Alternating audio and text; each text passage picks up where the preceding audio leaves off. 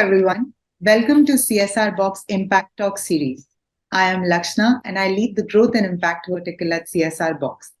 Very happy to share today that we have a super special guest, Dr. Anupama Shetty, Mission Director, Biocon Foundation, to share her insights on the transformative role of technology in public healthcare with a lens on universal health coverage. Before we begin the Impact Talk today with Dr. Anupama, I would like to take this opportunity to introduce her. Dr. Anupama serves as the Mission Director at Biocon Foundation and comes with over 20 years of experience in conceptualizing, strategizing, and leading programs across diverse industries and domains. In her last corporate assignment, she headed CSR at Narayana Hrudayalaya Limited. Prior to that, she held administrative and research-oriented roles in institutions including Tata Institute of Social Sciences and PD Hinduja Hospital. Her experience as a physician, administrator, and researcher has helped her shape her perspective towards CSR, combining the systems-based approach with a focus on scalability and sustainability of intervention. She is now leading Biocon Foundation into its next phase of evolution, wherein the team is working to weave together research, technology, partnerships, and transformational community engagement to build capabilities, sustainability, and social capital. It is an absolute pleasure and honor to have you with us today, Dr. Anupama. Thank you so much, Lakshana. Thank you so much for that kind introduction. And also like to thank you all for having me today on this platform. And, and I'm so happy that we're discussing such a very relevant topic. Thanks. Starting with the Impact Talk today, Dr. Anupama, with Biocon Foundation's stellar work in the thematic area of health towards socioeconomic inclusion through innovation, could you tell us a little more about your philanthropic strategy and how it's evolved post the pandemic, especially? Thanks, Lakshana. I'd like to say that, during the pandemic, we witnessed that the pandemic really pushed the philanthropic sector to speedily innovate, fund, and scale interventions. And it was not merely the question of funding, but what we saw was the speed and the scale was simply astounding. The response was very agile. It was not kind of encumbered by the old ways of working. Most entities emphasized, in fact, the role of resilience. In fact, if you were to look at the annual reports which were generated during that period, all of them just spoke about the resilience of communities, of just, staying there and, doing work resiliently. I think resilience needs to be integral to the way that we think and design systems going forward. But in particular, what is the wisdom that we drew? How do we build back better? I think there were three, a couple of questions, in fact, which we posed to ourselves and which has helped guide our strategy. The first one being is that how do we collectively achieve long-term goals? How can we be flexible and adaptive? And how do we survive the next disruption? So we knew that our strategy needs to be informed, by this kind of an approach. And so we've kind of towards the realization of universal healthcare. I think that's a great and a big ambition for all of us. But I'd like to qualify it for the Biocon Foundation, since we are working in the space of non-communicable diseases. So in that space, how did the pandemic inform our strategy? So I think the first aspect that we focused on was connected healthcare. So I think one of the biggest learning for everybody out there was that digitization was crucial. We needed to have a far greater digitization of our processes, so it was far less disrupted. And technology would be an enabler to build interoperability across healthcare systems. Now, here I'd like to also state that we're very privileged that our trustee, Dr. Kiran Mazumdar-Shaw, she happens to be the chair for the technology work stream in the Lancet Commission for Reimagining Healthcare in India. And so we've been privy to these wonderful discussions. There's so much of innovation. There's so much of brainstorming going on during the sessions. And, technology is absolutely integral. Having a very strong backbone is something that, all of us must focus on. And so that has now guided us in our journey for the next 5 years, wherein we are focusing also on this aspect, that how are we going to be ABDM compliant, for instance? How are we going to have more integrated technologies in place? So connected healthcare is an absolute must as part of a strategy. The other part which I wanted to focus on was continuity of care.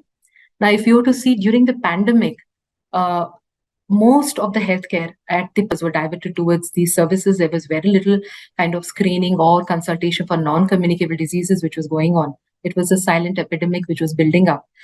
And so, luckily for us, through our Ilaj program, which is a flagship program at the Biocon Foundation, wherein we have partnered with the government, and also we have our own clinics where we deliver primary healthcare services. We continue to deliver services throughout the pandemic, and we ensure that our cohorts of high risk patients, with say diabetes or hypertension, they continue to get care. And this was very crucial for us, because it meant that we were able to focus on that the clinical outcomes did not deteriorate. So we find that this was a very useful lesson for us. Post pandemic too, what we've done is we've kind of increased our community outreach. We are focusing on an enhanced population surveillance, wherein we are looking at compulsory empanelment of the population in and around our clinics. This is again informed from the Lancet Commission's work, which says that we need to focus on a proactive community outreach model, with community being central to our efforts. So continuity of care, community centric care, that these were some of the factors which have guided our strategy. And the other aspect, and which has come out beautifully through the pandemic, is the power of collaborations. So while we have partnered with the government of Karnataka, but also at earlier the government of Rajasthan and several other locations for other programs, to deliver healthcare services, what we feel is that we need to also be contextually relevant. So, as a very strategic priority for us has been to reach out to remote, underserved locations. And so we've gone on to partner with grassroots NGOs, which are actually working in tribal locations. And so this is also something that, we feel would be very integral to achieving universal healthcare. Last but not the least, I think capacity building. So I've talked about the C's, I've talked about continuity of care, I talked about connected care, I talked about collaborations, and I think the fourth C, which I'd like to speak about, is capacity building. We feel that upskilling of the frontline healthcare workers is very crucial. We need to reimagine the way that we're looking at healthcare workers. So it's not only about the ASHAs, we need to have another cadre of workers who can be given tools, and which would help them to kind of triage at location. For example, we have a oral healthcare, it's an oral cancer screening program. What we've done is we've trained frontline healthcare workers, ASHA workers also, to use an mHealth application. And this application helps them to take images, and these images are sent to a remote specialist, and they get back the interpretation. So they're able to triage at site whether a lesion is suspicious or it is benign. So Wow, what I'm saying is, yes. So how do you empower a frontline healthcare worker and upskill them? So I think capacity building is again very crucial, and it's informed our strategy. So there you go. I mean, these are some of the factors which continue to influence our future trajectories. No, I think this has been great to just hear about how the evolution of strategies happened, and all the C's that you've spoken of are so central to the entire impact ecosystem in that sense. And I couldn't agree more with you, especially on the contextual expertise part, because India as a geography is so diverse in itself that one intervention that's possibly relevant for, say, Punjab may not be able to be relevant for the southern regions. And I think that's something that's supremely great for even peers as best practices. So thank you for that insight, Dr. Anupama. Given Biocon's work and experience, how do you think technology plays a transformative role in enabling the universal health coverage piece that we are talking about and improving this particular access for the underserved communities? Thanks, Lakshan. I think that's a wonderful question. Technology is a force multiplier. Definitely. And we believe that technology is a great means to realize the ambitions of UHC, universal healthcare. It would allow for more patient-centric and human-centered care. Now, how has it played out within Biocon Foundation? So I feel it has led to a process-related transformation. So for example, as I had mentioned in the earlier question which you had posed to me, we have primary healthcare clinics, which we call the Ilaj clinics, wherein we've partnered with the government. We have our own clinics. And within these clinics, what we've done is we've digitized the patient pathway, and we've got integrated diagnostics. and we provide a continuum of care, and we have data-driven insights for driving quality care at the clinics. For example, if a patient visits a primary healthcare clinic, he knows that, okay, there is a consultation which is going to happen. But imagine us today at this point in time, we are able to clearly tell you that what proportion of our patients today are, say, are normotensive. For example, what proportion of them are, say, normoglycemic, which means that we are also looking at compliance. For example, from the doctor's end, that, okay, you've got this cohort of patients, NCD patients, but you need to ensure through this data that you've been, in the sense that our treatment is spot on, and also that our the medication compliance, for example, is spot on, that we're following up with the patient for any kind of lapses, we're giving dietary counseling. All this goes to increasing the or in terms improving the clinical outcomes. So this is where we feel technology has helped to weave the story together. So it's definitely been transformational in that sense. And as I mentioned, we also have the oral cancer screening program, wherein we've had the mHealth application. Now, that's also been very transformational. We've worked with our partners on ground to kind of evolve this even further. Now, what's happened is that we've been doing the oral cancer screening program for more than a decade. We've got a whole bank of white light images. So when you take an image of the lesion through a mobile phone, you get a white light image. So that images were then shared through a collaboration with the Indian Institute of Science. Indian Institute of Science was further able to develop a artificial intelligence algorithm. So now, if this AI layer comes on top of an application, it will be able to give a further, in the sense, efficiently be able to tell you whether this lesion is suspicious or benign. You will be with a remote specialist.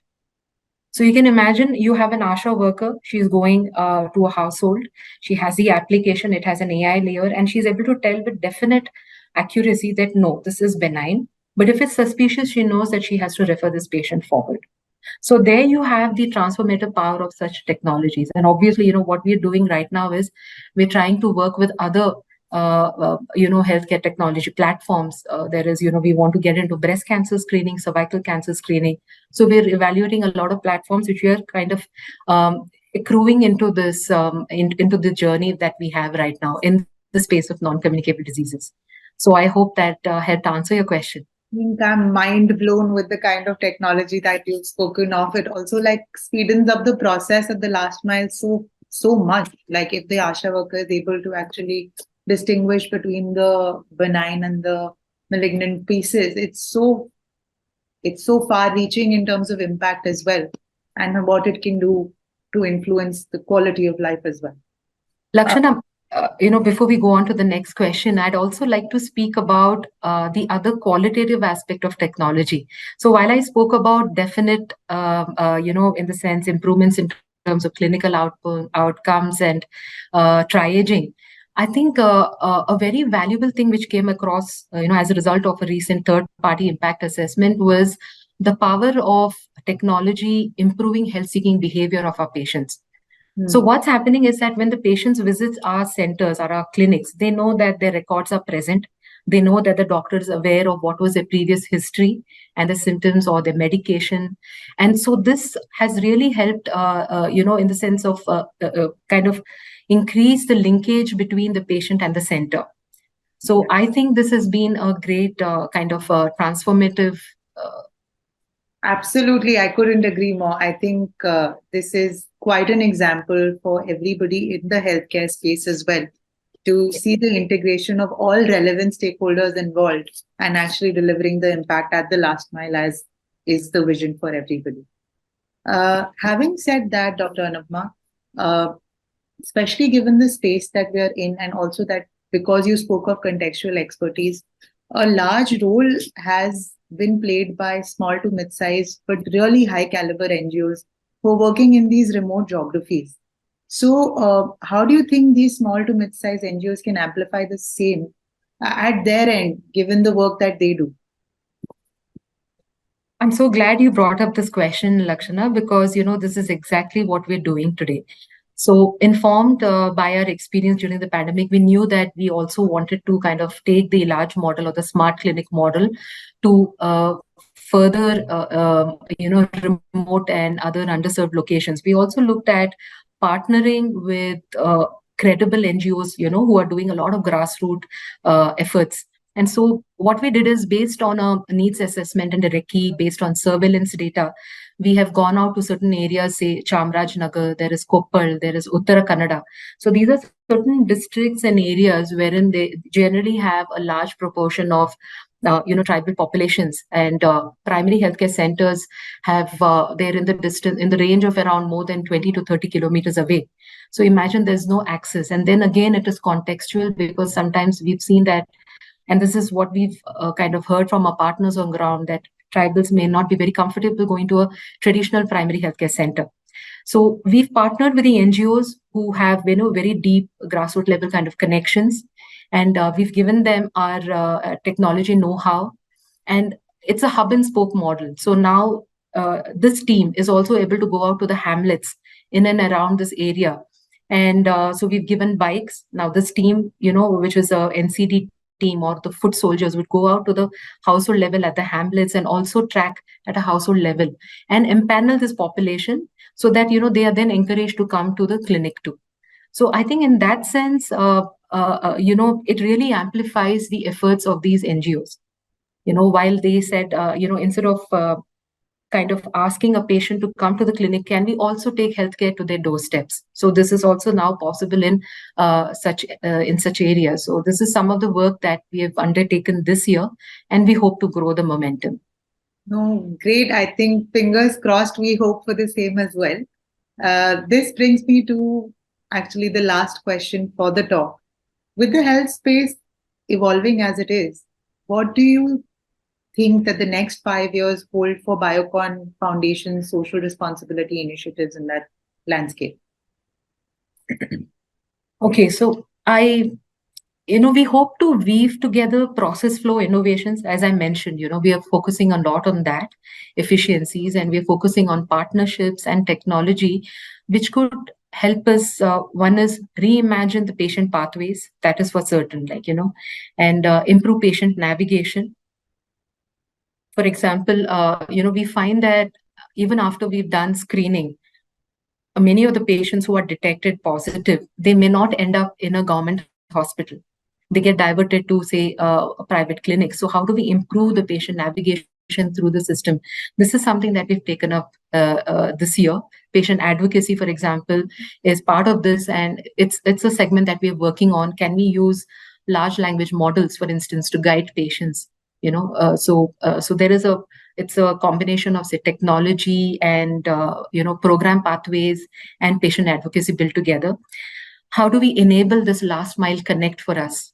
So that's very crucial. It's something that we've been working on, but we need to further improve on it.